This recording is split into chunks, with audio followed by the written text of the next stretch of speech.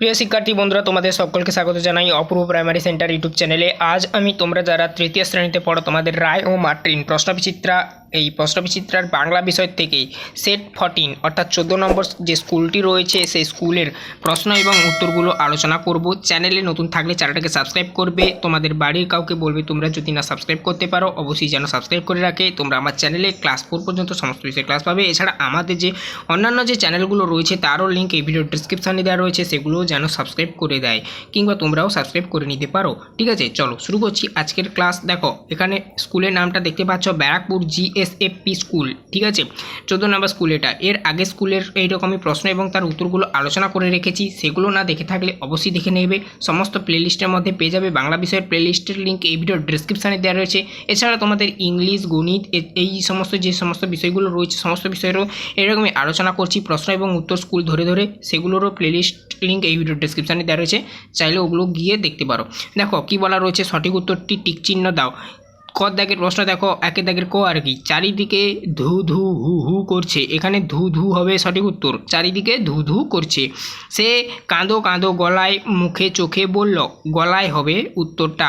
কত পাখি গাছে বাসা বাঁধো। ঠিক আছে, এখানে সঠিক উত্তর হবে বাঁধে।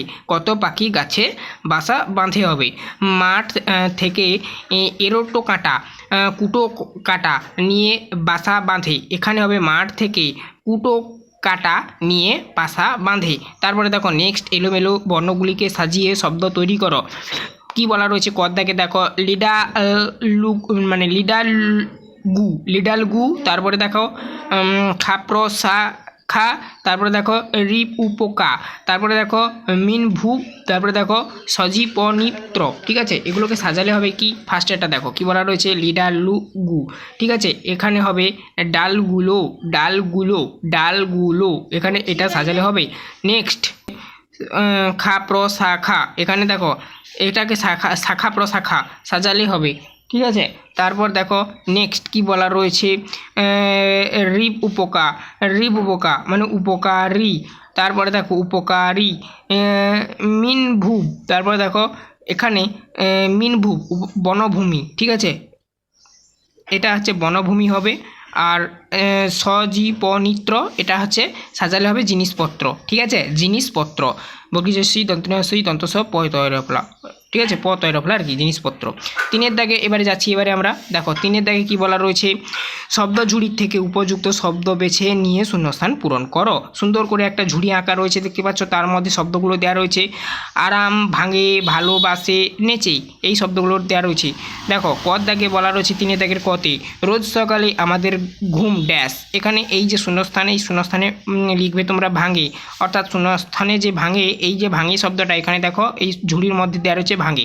ঠিক আছে, তারপরে দেখো বাবা মা আমাদের ড্যাশ, বাবা মা আমাদের, এখানে লিখবে শূন্যস্থানে ভালোবাসে, এই যে ভালোবাসে এই শব্দটা তোমাদের ঝুড়ির মধ্যে দেওয়া রয়েছে দেখতে পাচ্ছ, এখান থেকে নিয়ে লিখবে ভালোবাসে। আনন্দে মন ড্যাশ ওঠে, এখানে হবে নেচে, এই দেখো এই যে শব্দটা এখানে ঝুড়ির মধ্যে দেওয়া রয়েছে দেখতে পাচ্ছ, নেচে এই শব্দটা এখানে লিখবে। প্রচণ্ড গরমে ড্যাশ নেই, আরাম। ঠিক আছে, আরাম এই শব্দটা এখানে লিখবে, এই শব্দটা ঝুড়ির মধ্যেও দেওয়া রয়েছে, এখান থেকে নিয়ে লিখবে শূন্যস্থানে, মানে এখানটায় আর কি। 4 দাগে যাচ্ছি, বাক্য রচনা করো। সাঁতার সমুদ্র, সাঁতার আর সমুদ্রের বাক্য রচনা খুবই সহজ। তোমরা দেখো সাঁতার আর সমুদ্রে, প্রথমে দেখো সাঁতার, দেখো আমি রোজ পুকুরে সাঁতার কাটি, কত দাগে সাঁতার দিয়েছিল, তো এটা লিখবে আমি রোজ পুকুরে সাঁতার কাটি। খর দাগে ছিল কি না সমুদ্র, আমি গত রবিবার সমুদ্রে বেড়াতে গিয়েছিলাম, এটাই লিখবে। কি লিখবে, আমি গত রবিবার সমুদ্রে বেড়াতে গিয়েছিলাম, এটাই লিখবে। তারপরে দেখো নেক্সট আমরা কি দেখব, দেখো 5 দাগে দেখো বিপরীত শব্দ লেখো। যে কোনো 3টি বলেছে, 4টা দেওয়া রয়েছে। দেখো ঘন মানে ঘন, এই যে ড্যাশ, মানে এটাকে ড্যাশ বলছি কিন্তু এটা একটা ঘর করা রয়েছে জাস্ট। তো দেখো এখানে দেখো হচ্ছে ড্যাশ কখন বলবো আমরা, যখন কোনো শূন্যস্থান বলে নির্দেশ থাকবে তখন আমরা ড্যাশ বলবো, কিংবা অন্য সময় এইরকমই যে থাকবে ড্যাশগুলোকে, সেগুলোকে আমরা ঘর বলবো। ঠিক আছে, দেখো বিপরীত শব্দ লেখো। কি বলা রয়েছে, যে কোনো 3টি, কিন্তু 4টা দেওয়া রয়েছে। ঘন, তো ঘনর বিপরীত শব্দ লিখবে তোমরা পাতলা। ঠিক আছে, তারপরে দেখো দূরের বিপরীত শব্দ কাছে লিখবে, কাছে তো তোমরা বানানটা জানো, তবু দেখিয়ে দিচ্ছি কাছে। তারপরে দেখো নেক্সট নিচে উপরে হবে, ঠিক আছে, নিচে উপরে হবে। তারপরে দেখো সুখ দুঃখ, দুঃখ হবে দশু বিসর্গ খ, দুঃখ বানানটা তোমরা জানো তবুও বলে দিলাম। তারপরে দেখো অর্থ লেখো যে কোনো তিনটি। জগৎ, জগতের অর্থ কী হবে বলো তো? জগতের অর্থ হবে পৃথিবী, চারটা দেওয়া রয়েছে, তিনটি করতে হবে, ঠিক আছে। তারপরে দেখো সাথী, সাথীর অর্থ হবে কি? সাথীর অর্থ হবে সঙ্গী।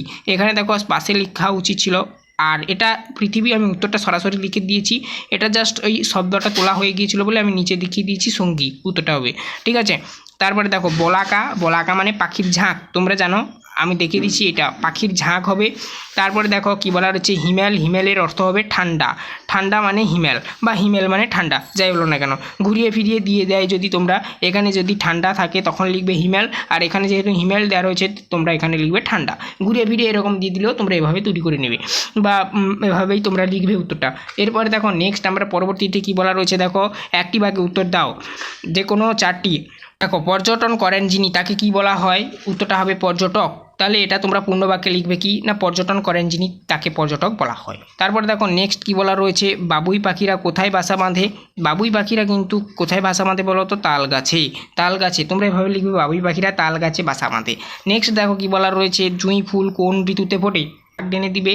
তারপরে লিখবে গাছ আমাদের উপকারী বন্ধু, ক দাগে লিখবে, মানে একের দাগ দিতে পারো, দুইয়ের দাগ দিতে পারো, তিনের দাগ দিতে পারো, কিংবা ক খ গ এরকমও দাগ দিতে পারো, ঠিক আছে। প্রথমে লিখবে কয়ের দাগ দিয়ে কিংবা একের দাগ দিয়ে লিখবে গাছ আমাদের উপকারী বন্ধু, খর দাগ বা দুইয়ের দাগ দিয়ে লিখবে গাছ আমাদের অক্সিজেন দেয়। তারপরে দেখবে তিনের দাগ বা গয়ের দাগ দিয়ে লিখবে গাছ তার পাতায় রান্না করে। আচ্ছা তারপরে দেখো চারের দাগ বা ঘর দাগে এই পয়েন্টটা লিখবে, এটা একটু ভুল ছিল কেটে দিয়েছি, লিখবে যে গাছের প্রধান খাদ্য কার্বন ডাই অক্সাইড, ঠিক আছে। এরপর দেখো পাখি, পাখি দিয়ে কি লিখবে? পাখি দিয়ে আমি এখানে তিনটি দেখিয়েছি, তবু আর একটা বলে দেবো, পাখি আকাশে ওড়ে, এটা 1 নম্বর লিখতে পারো। দ্বিতীয় নম্বর লিখতে পারো পাখির ডানা রয়েছে। আর তৃতীয় নম্বর লিখতে পারো পাখি কিচিমিচি আওয়াজ করে। আর এছাড়া একটা লিখতে পারো যে পাখি উড়ে বেড়ায়, ঠিক আছে। তো এভাবে ছোটো ছোটো করে লিখে দিবে তোমরা, যেহেতু ছোটো তো বেশি ডিটেলসে কিছু না লিখলেও চলবে, ঠিক আছে। বা পাখি দানা খায়, দানা শস্য খায় আর কি, এগুলো লিখতে পারো। তো ঠিক আছে, এই ছিল টোটাল তোমাদের এই প্রশ্নগুলোর উত্তর। তো আশা করি তোমরা বুঝতে পারলে। এরপর আমরা 15 দাগের যে স্কুলটি রয়েছে, তোমাদের 15 দাগের স্কুলেরও প্রশ্ন এবং তার উত্তরগুলো আলোচনা করে রেখেছি। সমস্ত ক্লাসগুলো প্লেলিস্টের মধ্যে পেয়ে যাবে। পরবর্তী সময় তোমরা যারা দেখছো তোমাদেরকে আমি বলে দিলাম, তো অবশ্যই দেখে নেবে। চ্যানেলে নতুন থাকলে চ্যানেলটাকে সাবস্ক্রাইব করে বেল আইকন ক্লাব সাইন সেভ রাখবে।